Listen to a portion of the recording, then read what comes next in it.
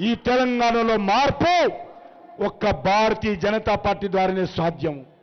తెలంగాణ అమరవీరుల ఆకాంక్షలు భారతీయ జనతా పార్టీ ద్వారానే సాధ్యము. తెలంగాణ ప్రజల యొక్క ఏదైతే తెలంగాణ రాష్ట్ర సాధన కోసం పోరాటం చేశారో అది భారతీయ జనతా పార్టీ ద్వారానే వాళ్ళ ఆకాంక్షలు నెరవేరుతాయి. కాబట్టి ఒక ప్రజాస్వామ్య ప్రభుత్వము గ్రామ పంచాయతీ నుంచి ఢిల్లీ వరకు ఒక నీతివంతమైనటువంటి ప్రభుత్వం ఇస్తాం.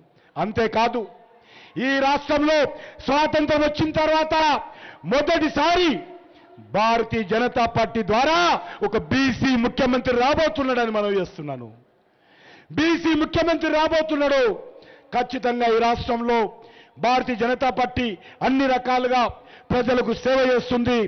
కాబట్టి ప్రజలను కలిసే ముఖ్యమంత్రి ఉంటాడు, నీతివంతమైన ముఖ్యమంత్రి ఉంటాడు, ప్రజాస్వామ్య పద్ధతిగా పనిచేసే ముఖ్యమంత్రి వస్తాడు.